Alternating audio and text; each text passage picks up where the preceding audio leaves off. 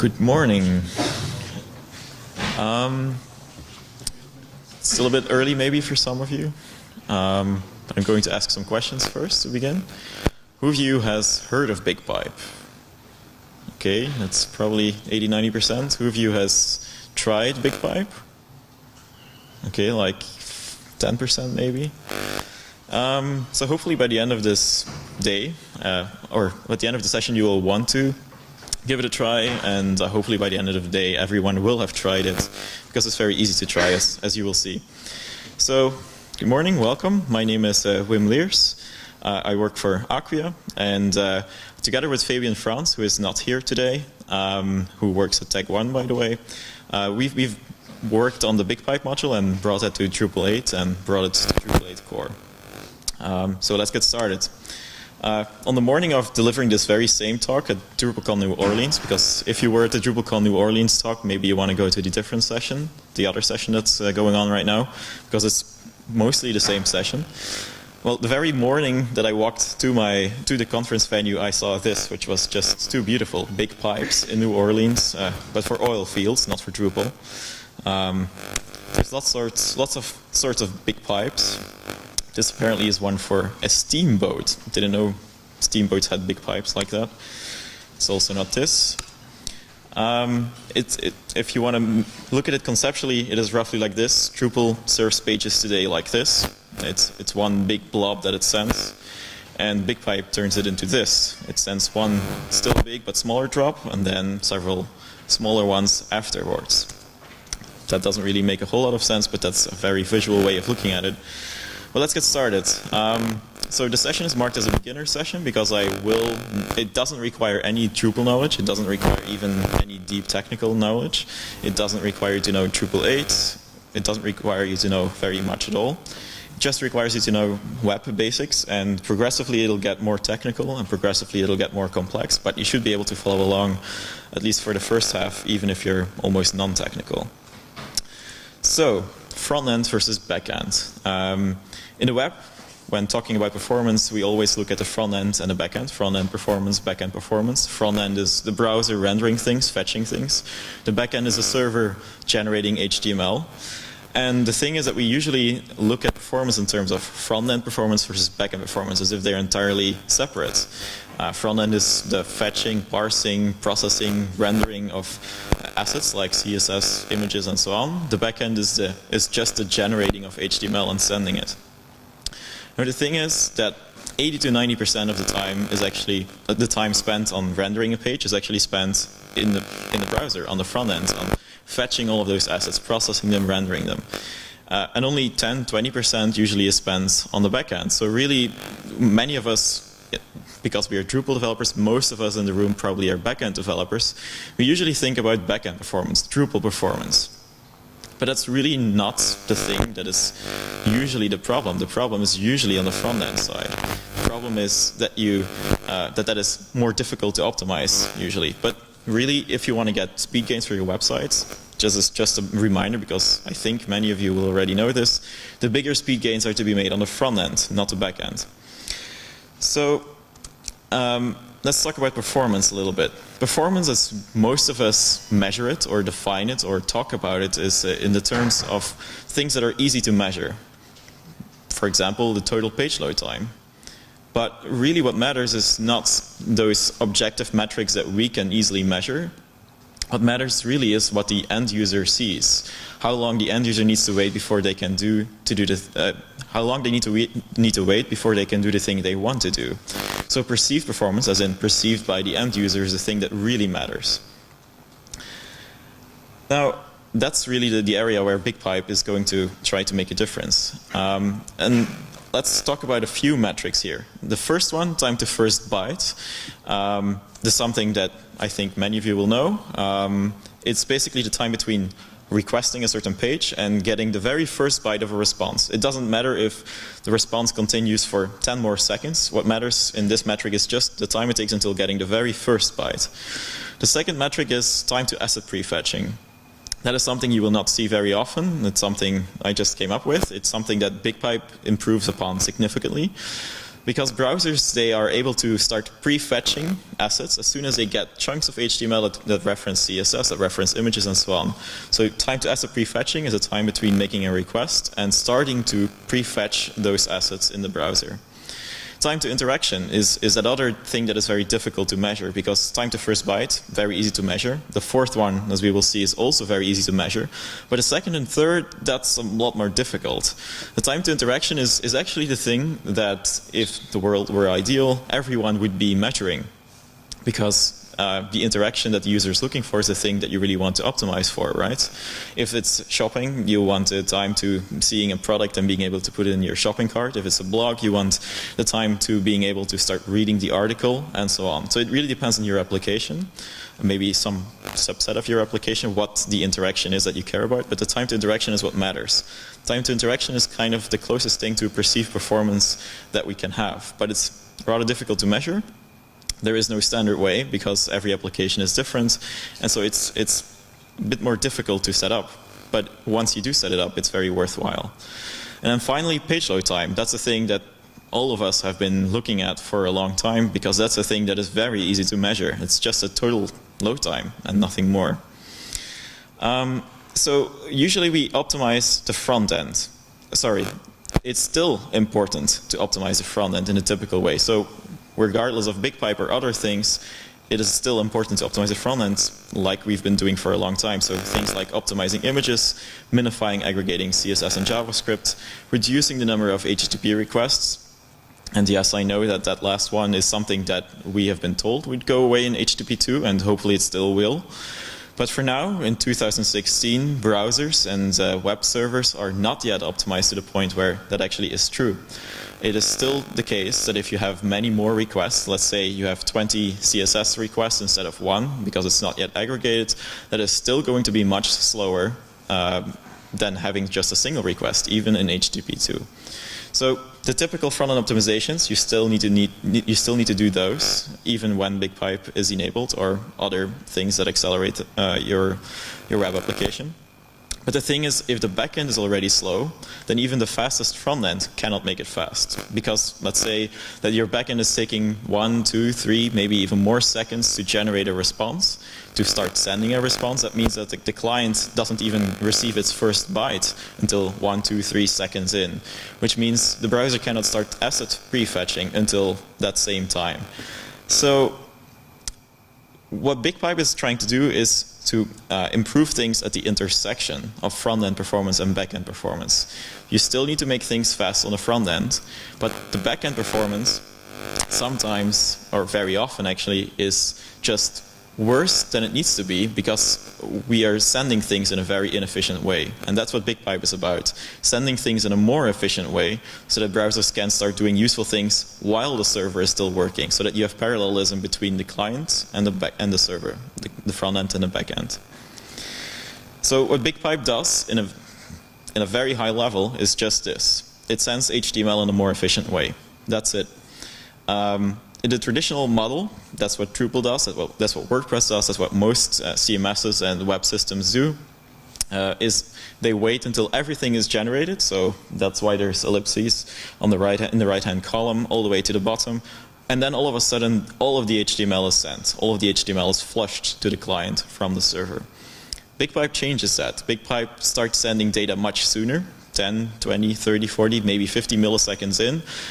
And then the client has received its first byte. It starts receiving the first chunk of HTML. And then as time progresses, we continue to send more chunks of HTML until the very end, when everything is sent. And we finish at the same time. It takes just as long.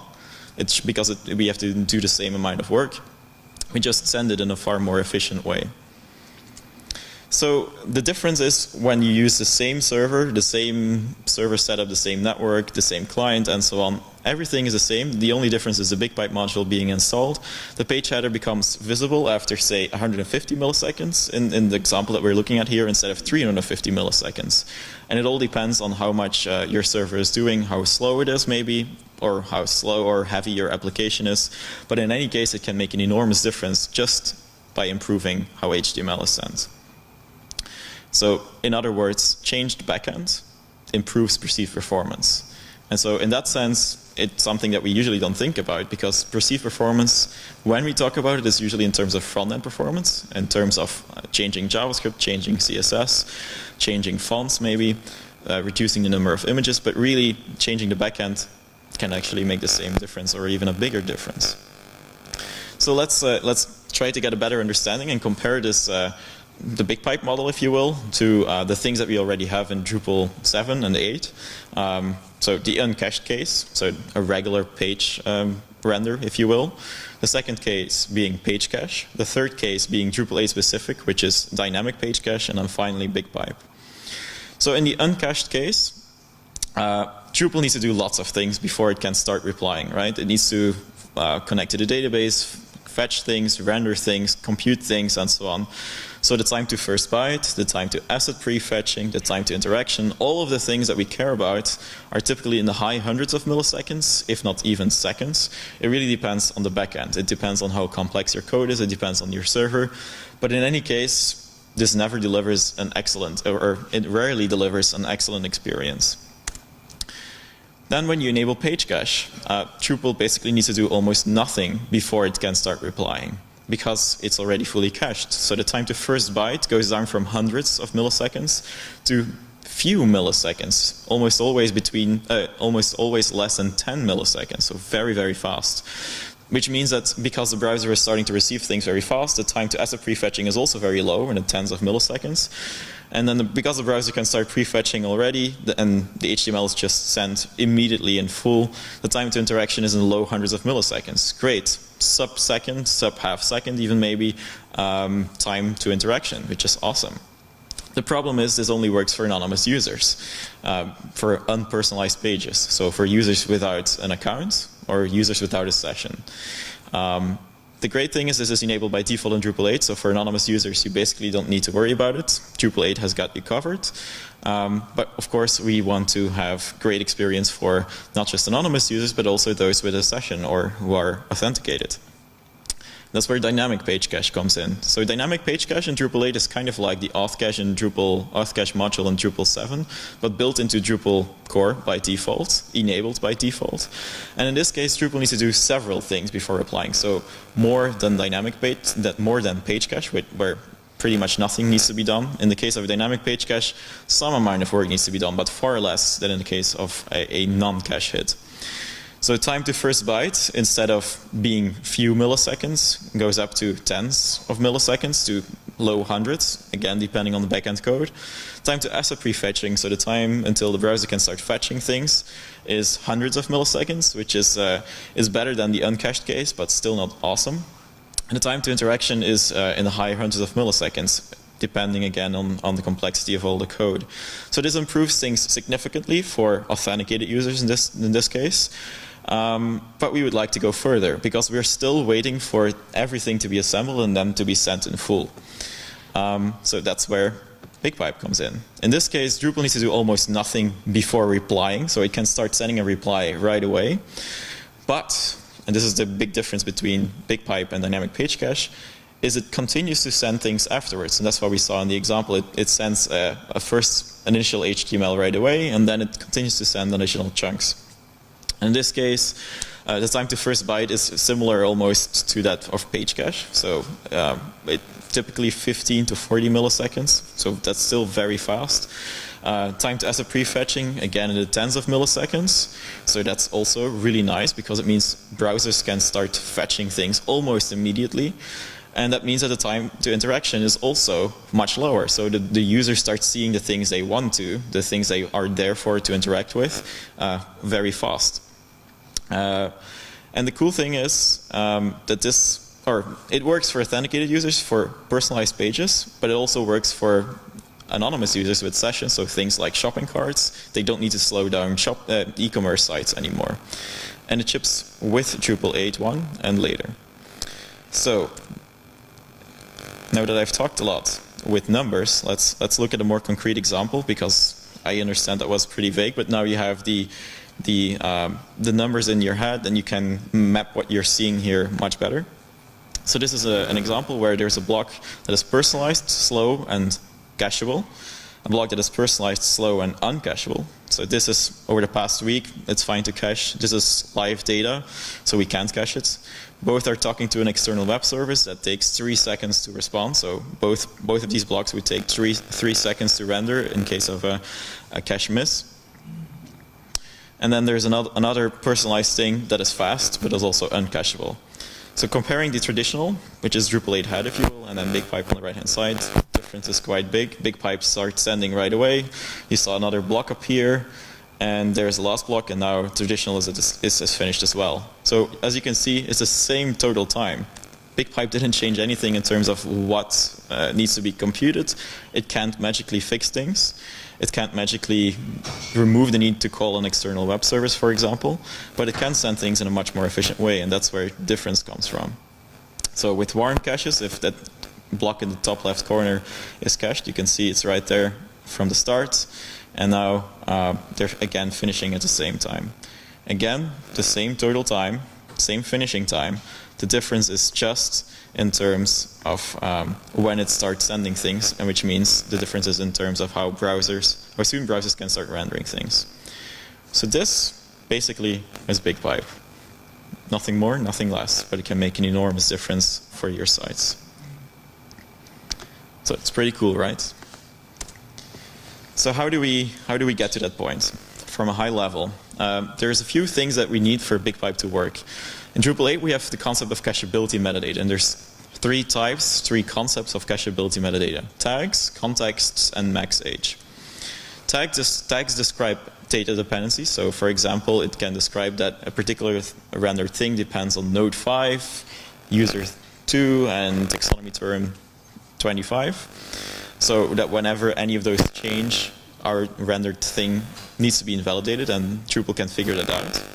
Cache contexts describe context dependencies, so that describes things like this varies by user, this varies by time zone, this varies by URL.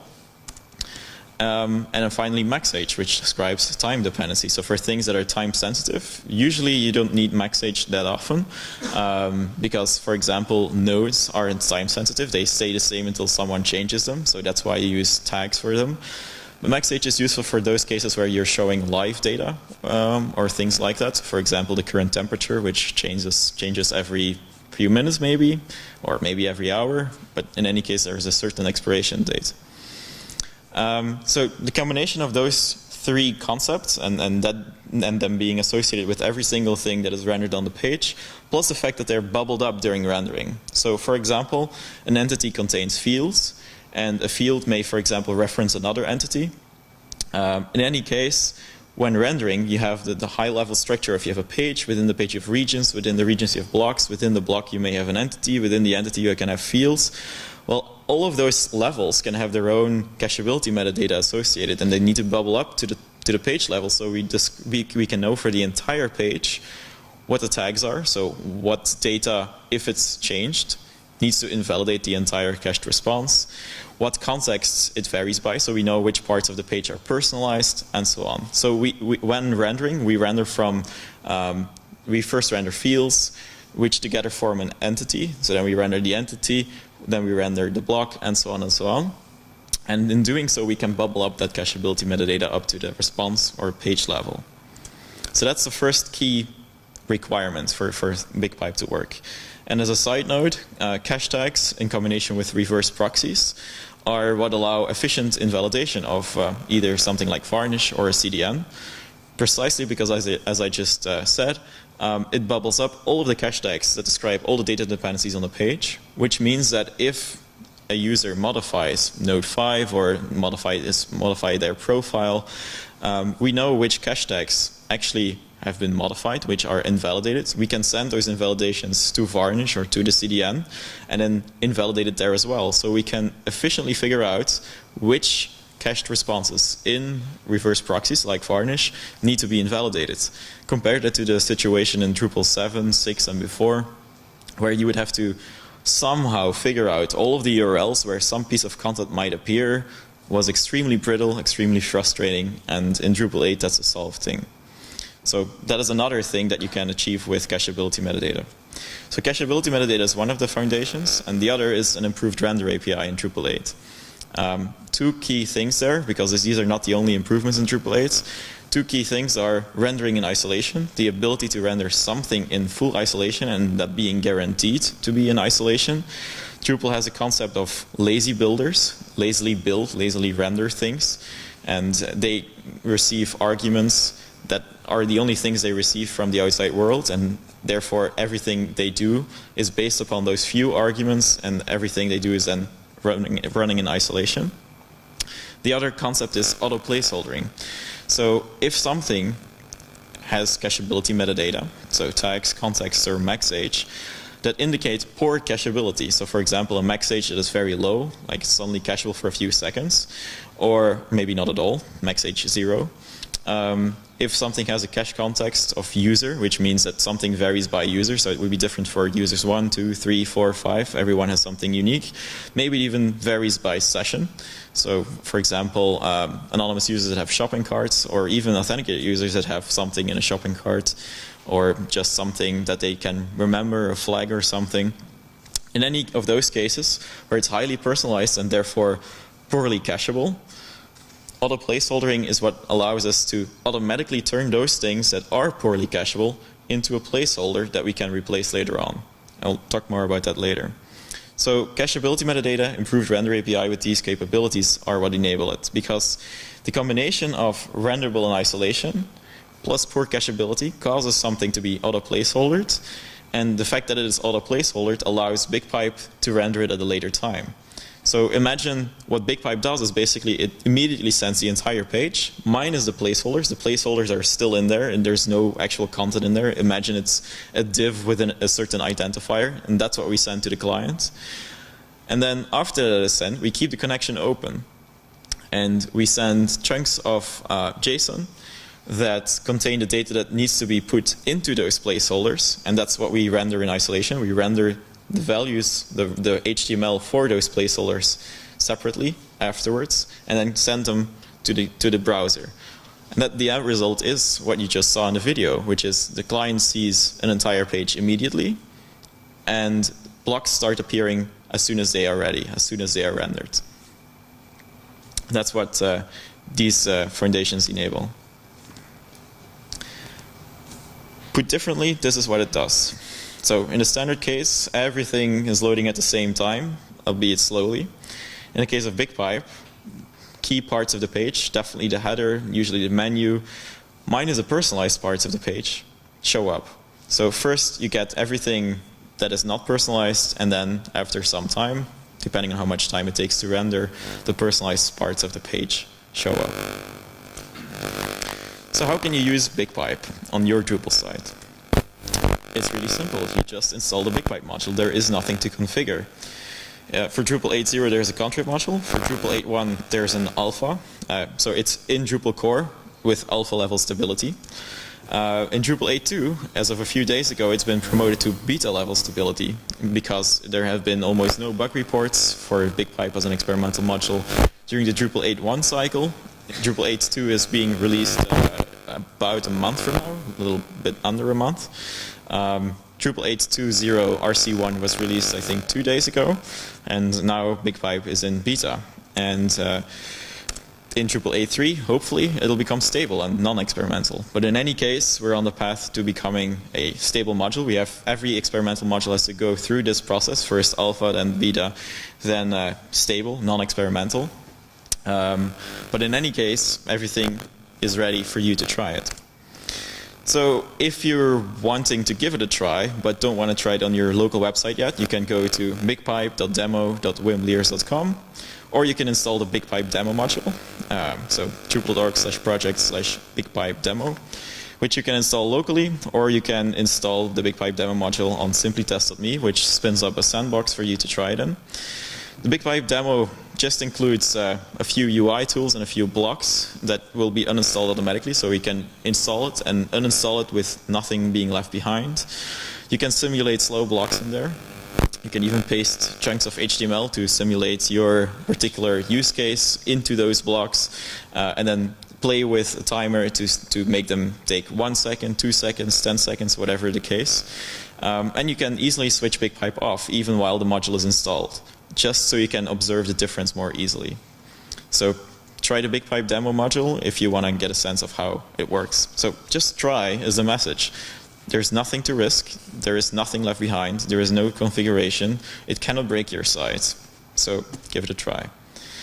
The two most common things that you might perceive or notice that might make you concerned are jumpiness, so things jumping around a little bit.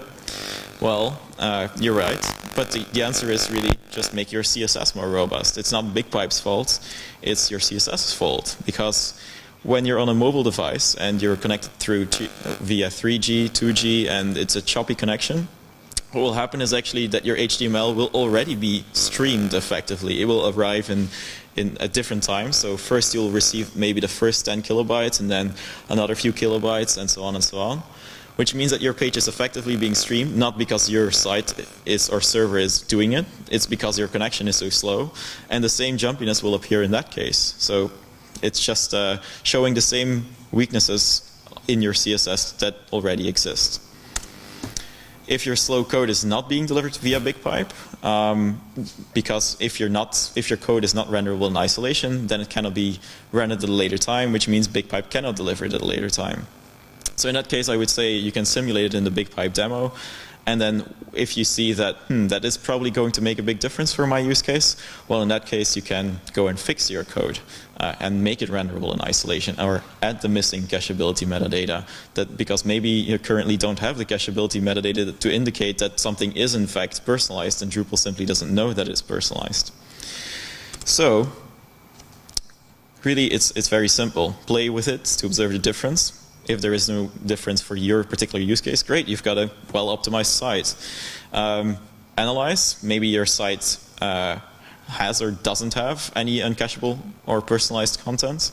Simulate, if you can't easily, if your site is not able to use BigPipe because your code isn't renderable in isolation, in that case you can install the BigPipe demo module to simulate it, and then finally you can adopt it if the simulation satisfies you, and you can just make the minor changes to your render logic and add the missing cacheability metadata to actually start using BigPipe. So, getting to the more technical bits. How is Drupal actually able to do this? We've already mentioned a few, but we'll be going into a bit more detail. So there's 4 key parts. Cacheability metadata, text, context, max age, and the fact that they're all bubbled. The ability to render in isolation, the lazy builder callbacks that I mentioned, which guarantee isolation, and it's necessary that that isolation is guaranteed, because if it's not renderable in isolation, it's referring to some global state that is no longer present once the majority of the response has been sent. Things break. So it needs to be renderable in isolation. Third, auto placeholdering, which is something that happens automatically, hence auto placeholdering, if something is poorly cacheable and renderable in isolation. And then finally, this thing that I didn't mention yet, placeholder strategies. Because Drupal core actually already does the placeholdering thing. It already does auto placeholdering. The thing is that the current strategy that it uses to replace those placeholders is just the same as before, which is wait until every placeholder has been rendered, wait effectively, that is, until the entire response is assembled, and then send it. So we are waiting until every single thing is rendered and then send it all in one go. BigPipe changes that, and it replaces the placeholders after sending the unpersonalized response. So instead of using one flush, we use n flushes, because you may remember the PHP flush function. That's effectively how BigPipe works. We flush things in chunked responses in HTTP. That's it. So what BigPipe does is it sends an initial page directly from dynamic page cache. So the BigPipe module builds on top of the dynamic page cache module. The dynamic page cache module is able to cache things like auth cache. So it caches entire pages minus the parts that are personalized, because those personalized bits cannot be shared across users. Because, for example, there is a hi username thing, and it would be different for every single one of you. So it cannot cache that part, so it puts a placeholder instead, but caches that placeholder along with it, plus the necessary metadata to render that placeholder. BigPipe just retrieves that from dynamic page cache, sends that, and then it starts rendering them in the DOM order, so that it appears in the order you would expect, and then it shows up on the client. It's as simple as that. If you want to learn more about how it works in detail, in maybe excruciating detail. This is a diagram of the render pipeline in Drupal 8. A lot of it is Symfony, parts of it are Drupal. It looks intimidating, it looks overwhelming, but it allows you to follow arrows and step right through the different major phases and some of the less major phases that all of which are really key in the rendering process that Drupal 8 follows. So if you want to learn more about that, there's documentation on Drupal.org for that. If you search for Drupal 8 render pipeline, you will find it. The very cool thing about the architecture of BigPipe is that no infrastructure is necessary. Because usually performance improvements either require a CDN, which is infrastructure, they require Varnish, which is infrastructure, they require Redis or Memcache, which is infrastructure. And infrastructure is nice, and it can make an enormous difference, but it's not available to everyone. In this case, there is no infrastructure necessary. The only thing that you need is the ability to stream a response. There cannot be buffering, because if there's buffering, things are still arriving in one go. It's still going to be the case that until the response is finished, until the connection is closed, the server is going to buffer things and then send it all in one go. So BigPipe's effect will be nullified, but it will still work. So even if you have buffering, nothing will break. It's just that you're not getting the full benefit. And the consequence is that this works for hobbyists and enterprises alike, because hobbyists also surely would like faster websites, right? They also usually have less time and maybe less expertise to fully optimize all of the things that can be going on. Maybe you're using a lot of modules and that's causing the site to be slow, but you don't have the time or energy to optimize every single bit. Well, then BigPipe can make a huge difference. For enterprises, performance is also key. And for them, BigPipe is just another very useful technique to make things go a lot faster. For example, for e-commerce. So that's really important, that we don't have any infrastructure requirements. If you were thinking along but mulling over some of the edge cases and were wondering, surely that wouldn't work or that wouldn't work, well, we've got you covered. In the case of non-HTML placeholders, so things that aren't actually HTML, so things like, for example, form action URLs, so the action attribute on a form element, that is also something that is placeholdered because it's very dynamic. But that also works, as I will explain in a second. But also, what about any of the placeholders if JavaScript is disabled? Because BigPipe does work via JavaScript. It detects when new things arrive on the client and then puts it in the right place in the placeholder on the page. Well, in either of these cases, we use the same solution. We replace those placeholders without JavaScript. So instead of replacing them, instead of sending the entire response and then sending the chunks to replace individual placeholders, what we do is we send just a part until such a placeholder that we can't replace. So in the case of a form action URL, for example, we send everything until form action equals open quote, and then we calculate the thing we want to send that, and then continue flushing the rest. So even in the case of JavaScript being disabled or non-HTML placeholders, BigPipe works just fine. We've got all your edge cases covered. So it's always an improvement, even when JavaScript is turned off. Finally, let's talk a little bit about the code, because maybe some of you are wondering how you can make your code BigPipe compatible. Well, as I've mentioned several times now, cacheability metadata. Without cacheability metadata, BigPipe can't work, but also, more importantly, your modules will not actually work correctly, even in Drupal without BigPipe. Because this is the thing that allows Drupal to know when something is not cacheable, because Drupal 8 does cache aggressively, which means that you are strongly encouraged to provide the necessary cacheability metadata so that Drupal does know when something is not cacheable. Otherwise, it will be incorrectly caching things. So you will notice actually quite quickly if you are missing cacheability metadata, but sometimes there are edge cases where maybe you haven't yet noticed. This is what I feared. Chrome is fragile. Okay, switching to Safari. So, in practice, try to make this thought process a habit. First, realize that you are rendering something, so you must think of cacheability. Second, once you are thinking of cacheability, you must ask yourself, is this thing that I'm rendering something that is expensive to render and therefore worth caching? If the answer to that is yes, then specify cache keys. This is something that existed in Drupal 7 already. So you specify keys which uniquely identify the thing that you're rendering. So in this case, I'm rendering node 5, but not just node 5. There are different representations of node 5. I'm specifically rendering the teaser of node 5, so I include the teaser in the cache keys. Next, the representation of the thing I'm rendering, does it vary by something? Does it vary by permissions, by URL, by interface language, content language, session, whatever? If the answer to that is yes, specify the appropriate or the matching cache context. So for example, if something varies by permission, you specify the user.permissions cache context. If you vary by URL, you specify the URL cache context. There's comprehensive documentation about cache context later on if you want to. So this is extremely similar to the vary header in HTTP. It's basically exactly the same, but we need to know it at a Drupal level, on a Drupal level, and even at a fragment of a page level, in order for us to know for the entire page all of the things that it varies by, so that we can serve the appropriate cached version, so that two users who have different responses are not actually getting the same response. Next, what causes the representation of the thing I'm rendering to become outdated? So I've rendered node 5 in teaser view mode, great.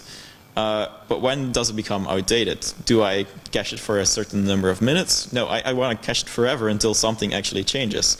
That's where cache tags come in. So in our example, maybe there's node 5, and maybe the rendered teaser also includes a reference to the username, so then user 3 is maybe the cache tag for that one. And then there's also a taxonomy terms reference, so cache tags for that one as well. And then finally, max age.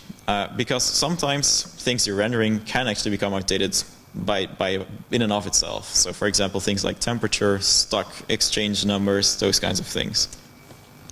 So by default, max age is permanent. So there is no max age, if you will. It's permanently cacheable. If you specify it, it's just a number of seconds. So max age equals 1 means it's cacheable for 1 second, which is still not very cacheable. So probably you want something like 300, which is cacheable for 5 minutes, and so on. Max age 0 means not cacheable. And surprise, surprise, this is extremely similar to the cache control header in HTTP, which has a max age property. This is exactly the same. So Drupal 8 is really learning or adopting things that are actually already in the HTTP spec, and just bringing that into Drupal itself so that Drupal can actually expose the correct metadata at a response level as well. Now, those look like obscure strings, right? Those cache tags. Well, the good thing is, and the cache context as well, the good thing is that all relevant objects actually already provide you with the necessary metadata. They implement this interface, which gives you that metadata. It's implemented by just about everything that is relevant to you. All configuration, all entities, both content entities and config entities, all access results, which is also very important, that they specify what the access result varies by, for example, or maybe the result changes as soon as a node is updated because a field value has changed, that sort of thing. Block plugins, context plugins, condition plugins, you name the thing that can affect rendering. If it can affect rendering, it has implemented this interface and it provides cacheability metadata. And if you implement something like this, you should too. So that was cacheability metadata. The other key thing is the ability to render in isolation. And the ability to render in isolation is what allows Drupal and the BigPipe module to defer, to postpone the rendering to a later time until BigPipe can stream it. So the typical case in terms of code, in terms of Drupal 7 code, is something like this. Let's say I have something that is returning a render array. So it's returning pound markup, and it's talking to a satellite to get the current temperature based on infrared visioning. And you're giving it a certain latitude and longitude. So you're giving latitude and longitude to the satellite, and then you're getting back a temperature, and that's what you are rendering. Fine. But there's a few problems. There's no cacheability metadata. And this function runs always. So let's begin by adding cacheability metadata. We're adding max age 5 because we think caching the temperature for 5 seconds should be okay. The problem is we're still talking to the satellite every single time.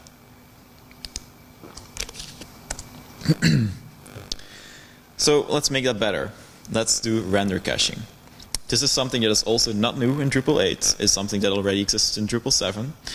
As I said before, if something is expensive, talking to a satellite is pretty damn expensive. So we specify cache keys. In this case, for lack of a better idea, we just specify temperature because we have only one thing that is rendering a temperature on the site. This is sufficiently unique. So this is going to trigger render caching because the keys are what going to be merged together to specify a cache ID, which is a thing we'll use to look up a cached version of this. Now, we are also doing this. We're not specifying that the result from talking to the satellite is assigned to parent markup right away.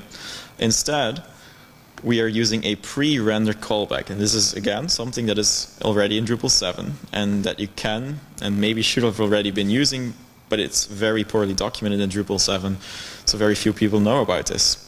But the combination of cache keys and pre-render, that means that this function, as you can see, we're no longer invoking it directly. Here we are invoking it directly.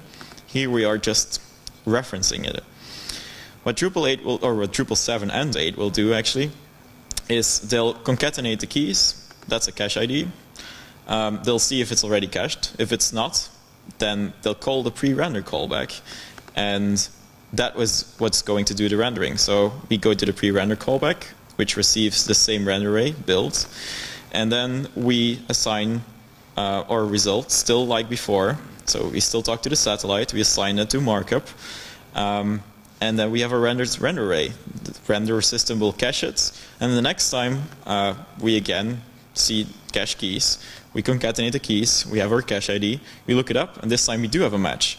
And we're good to go. We don't need to call a pre-render callback because we have a cache hit. And so this way we avoid calling that render function on every single page view.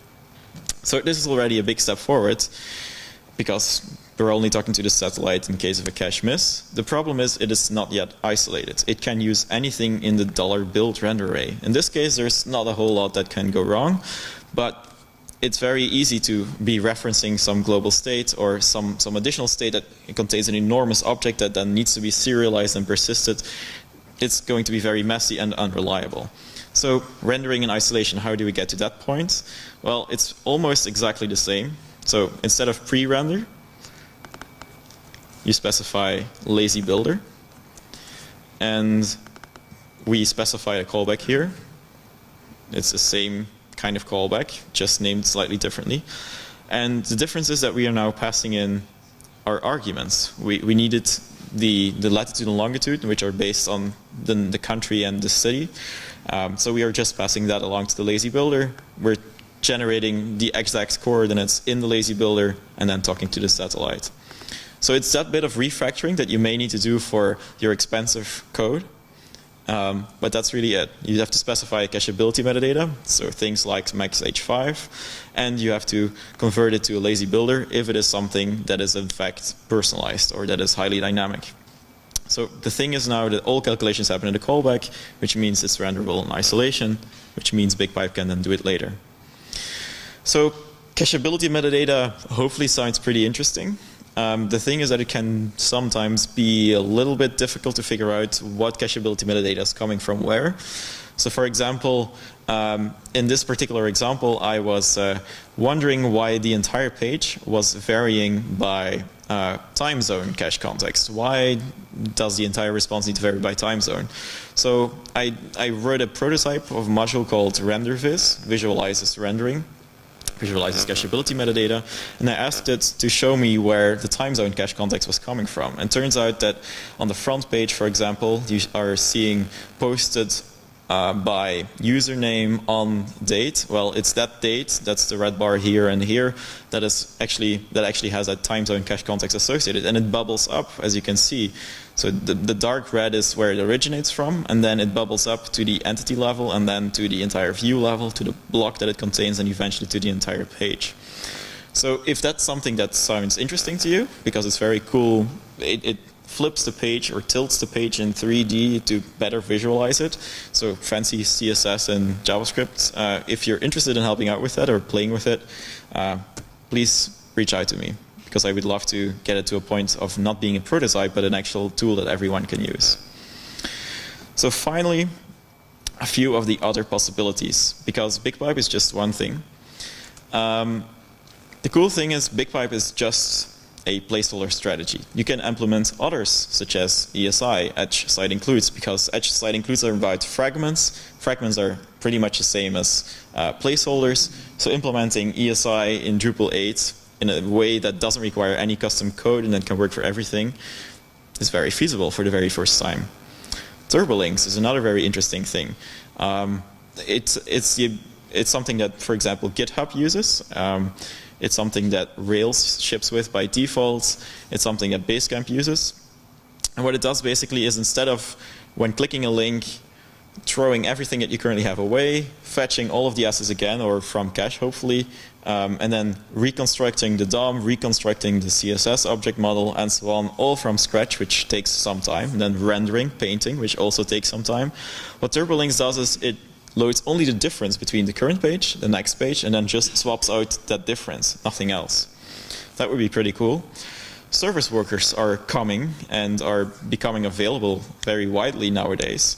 And what will be really cool is, because Drupal 8 has all this cacheability metadata, and it consistently invalidates cache tags. By the way, we know that it works very reliably, because Drupal 8 ships with page cache enabled by default, which means that all the tests for anonymous users are actually testing with page cache, which means that if they're doing something like modify X and then verify that X is showing up, that means we're testing cache tag invalidation of a reverse proxy. Page cache is just another reverse proxy.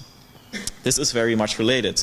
Service workers are actually client-side proxies, so basically varnish on the client in JavaScript that you control. What if we can make that be updating based on cacheability metadata? So whenever a user modifies a certain node or their profile, what if the service worker is notified that on the server side that piece of content was modified, so that the client, the service worker, can actually invalidate that right away, so that it never shows stale data, even for a service worker, but then everything else continues to be served up immediately with 0 millisecond latency. That's another possibility with this, the new capabilities in Drupal 8. So talking about Turbolinks, I've had the opportunity to work on a prototype called Refreshless. It was first called Turbolinks, but the Turbolinks people didn't like that because it's not exactly the same. So that was a big bit of Twitter drama. So we renamed it to Refreshless, which is maybe even a better name in the end, even though it sounds a bit silly. It's Turbolinks, but it's better, in the sense that Turbolinks still requires you to manually modify HTML to ensure that certain links are excluded, to ensure that you specify which parts of the page should be replaced, and so on. The thing is that Refreshless has the same functionality, but it's completely automatic. You don't need to change anything, no markup changes, no code changes, nothing. And it only loads the parts that actually change, instead of loading everything in the entire next page and then parsing out relevant parts, which is what Turbolinks does. And it's able to do these things thanks to cacheability metadata. So a quick demo of that as well. So without Turbolinks, this is what Drupal and many websites feel like. So when you click around, things shift around a little bit, and this is with Turbolinks. So peaceful. Things are not jumping around anymore, and it's so much faster. So another cool thing we can do. And eventually maybe we can bring both together in we can bring both together in the BigPipe module. So that's all I had for you. The message is try BigPipe, give feedback, report bugs, or report success stories. That's even better. I'd like to hear about those more. Lots of documentation about render pipeline and cacheability. Modules you may want to look at besides BigPipe demo are RenderViz and Refreshless, and then a bunch of related reading if you're still interested. Thanks. Any questions? Is it possible to control the order in rendering the placeholders? So the question is it possible to control the order of placeholders, so the order in which they are being rendered? The answer is yes. By default it does DOM order, which is probably the most sensible thing. But yes, it's definitely possible to change that. Any other questions? Everything clear?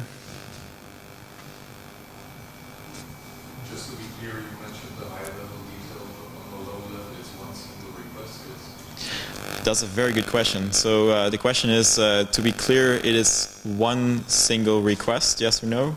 The answer is yes. And maybe I should have stressed that more. Thanks. I will improve that at the presentation, because that is the key thing. You could achieve something like this in any system by using Ajax, right? You could first fetch the entire page with placeholders and then have Ajax requests fetching the different the values for the different placeholders. But that means that you're doing many round trips. So if you're on a high latency connection, for example, that would mean, let's say it's even just 200 millisecond latency, or maybe only 100 millisecond, which is talking from Europe to a US server. That's 100 milliseconds. That's going to be, if you have 5 placeholders to be replaced, that's going to be 5 times waiting for that entire round trip. So 100 milliseconds there, 100 milliseconds back, and so on. So we avoid all that by having one connection that is open that we continue to stream in. So yes, that is absolutely key. So it's a bit like the Facebook comment protocol that's actually continuously sending data. Which protocol? Comments. Right, so it's a bit like the comment protocol, he said, and the answer is yes to some extent. Yes, in the sense that we continue to send things, but the difference is that comment protocol, I think, that remains open for a much longer period of time. This is just for a single HTML response.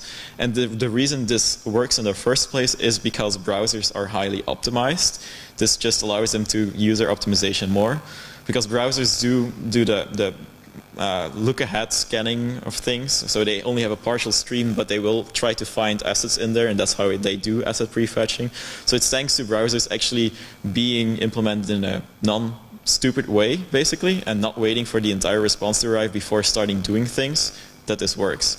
So it's somewhat similar to the comment protocol, but I would say it's more about browsers actually being able to deal with things arriving slowly, because network connections were very slow, better nowadays, but still sometimes. It's that we are really leveraging. Oh, and one important thing I didn't mention, BigPipe is not something we invented, it's something that comes from Facebook. They specifically figured out, hey, browsers do have these awesome optimizations, why not use that? This is me if I would look at the page source, the HTML source, then I would see the dynamic content at the bottom. Yes.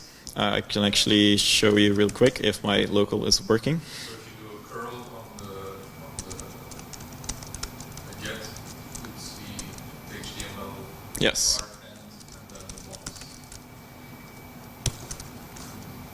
I was just going to ask about Google, but it doesn't matter because Google always gets the public. Yeah. So this is a placeholder where status messages are going to be rendered. So the messages that you see at the top, the green, red messages, in case an error occurred for form validation or because congratulations, you logged in, that sort of thing. So that's because it varies by session, which is highly personalized. This is what we actually send in that actual HTML. That's what we send first, so nothing is rendered. And then at the end of the page, after we've sent all scripts at the bottom, so after everything is sent except for the closing body tag and the closing HTML tag, we send this, which basically triggering the BigPipe JavaScript. So we're saying we're starting to send things. This is then the actual thing to replace the placeholder that you saw at the top. To the right, I guess. What's that? It's on to the right. No, no, that's it. That's it, because because there are no messages. So basically, this is the actual HTML. There is no HTML because there's nothing to replace it with in this particular example. So I can try to find something else, but basically, start sending placeholder replacements. This is in this case only one placeholder replacement, but it can be many, and each of them arrives at a separate time. And then we say, oh, we're done. Stop. BigPipe stop event, and then we send the closing body and HTML tag. That's it. And this is, sorry, one more thing. This is using the Ajax system. So this is piggybacking on the existing Ajax system that Drupal has. So this may look familiar because it looks just like Ajax responses in Drupal. So we just reuse the same infrastructure, the same Drupal behaviors, and so on. Sorry. So this is actually the rendering that is done once everything is finished. Yes. But doesn't this mean that for security reasons somebody can see the context of the backend in that form? So the question is, isn't that problematic for security because they can see the security or? Yeah, they can see some context of what is happening in the backend. It seems to me. So are you talking about this thing then? Yeah. Yeah, so that's something there's an actual issue to change that, but so far nobody has been able to point out what a actual security concern with it can be, because it's only showing a callback and arguments that are simply things like primitives. So let's say we show that it's a certain role and there is a certain node ID. What does that really divulge? Nothing really. It's just identifiers, and there's never any information going to it. It's just callback and arguments. But you're right, some people share the concern, but so far nobody has been able to come up with something that actually divulge something interesting or vulnerable. And we have the same, I forget which subsystem in Drupal 8 does something similar, but there is something similar with exposing that sort of metadata, so callbacks and the like. And there we also still have that, and there is no actual concern. But if you can figure out an actual concern, please let me know. No more questions? I suppose this works on the common shared hosting? So the question is does this work on common shared hosting? The answer is yes, yes, yes, yes. That's the whole point. That for hobbyists it can work. Yes, I'm looking forward to be able to use this on my personal site where I don't have any fancy hosting. So, sorry. Something about buffering. I didn't understand. Okay, so the thing about buffering. So the question is, you mentioned buffering. What is the thing about that? It wasn't quite clear. So about buffering, you basically. Maybe it's best to go back to the very beginning. I'm not going to be able to find this, am I? Yeah, this one. So the thing is, with buffering, that means that the initial HTML, so the left-hand column, the 50 millisecond thing, that is not going to be sent because the buffer is still open, because the buffer is not yet closed, because the response is not yet fully complete. So if your web server is configured to have buffering enabled, it's going to wait until everything is ready. So until the final HTML is also flushed into the buffer and Drupal, PHP or whatever else says, I'm done. And only then it's going to send things. So that means that you are still waiting until everything is done before it sends. So then you're actually back to the traditional model. And that's where the difference lies. But again, nothing can break. It's just that you're not getting the actual benefit. Does that answer your question? Okay. And does the stuff you put in the render area have to be serializable? It seems like this is all in one request, so it doesn't matter as much, but maybe sometimes it does matter. So the question is, does everything in the render array have to be serializable? And the answer is yes and no. The reason being, am I in the right thing? The reason being the lazy builder. So that's why the arguments for a lazy builder have to be primitive arguments. So for example, let's say this was node and this was, let's say this was this set node and this set 5 or this set user and this set 3. So an entity type and an entity ID, because you want to load it to use it in your rendered thing. That would load an entity object, which is indeed not easily serializable. It's a big object of things. We are not passing that. You would have to pass node and 1 or user and 5. I don't know what it is. You have to pass primitives, precisely because that is easily serializable. The burden of loading something, an object, from a database or elsewhere, is up to the lazy builder. It has to happen in there, precisely because otherwise it indeed is not fully isolated. So the answer is you can't, or render arrays don't have to be fully serializable, but we already enforce them not to be by requiring lazy builders to be used. Hopefully that made sense. Yeah, I was just wondering, imagine you have, when you build the render array, you already have a node object or some other object, and then you need to forget that. Yep. And later it has to reload this thing again Yep. to do the stuff. And it's not a good practice that you just put the object in there. You're saying it is or it isn't? I imagine it's not a good practice. In this case, it doesn't work. Okay, so I can explain this better, I think. So the question is basically, well, I have my node object that I need to do some rendering with later on, but then I have to forget it and reload it in the lazy builder. That seems inefficient. That's basically what you're saying, right? Yeah, I just wondered if I ever get into the situation where I consider doing this, that's a good idea. Yeah, so the reason it has to be separate is because everything that is outside of the lazy builder can be cached. So if you were relying on the node object being passed in via the render array, what if the entire response was actually cached? Because that's what dynamic page cache does. It caches the entire page and just associates and just has the lazy builder information. So you don't ever load that node object because you don't ever run the code that does. You have just an entire HTML response with placeholders and then this lazy builder. And then that lazy builder indeed has a responsibility to load that thing individually. But the good thing is that if it's all happening in the same request, that it's still cached in the static cache of entity loading. So you are not actually incurring an extra cost. Can we please clap, else we're late for the next session? Okay, thanks for the questions.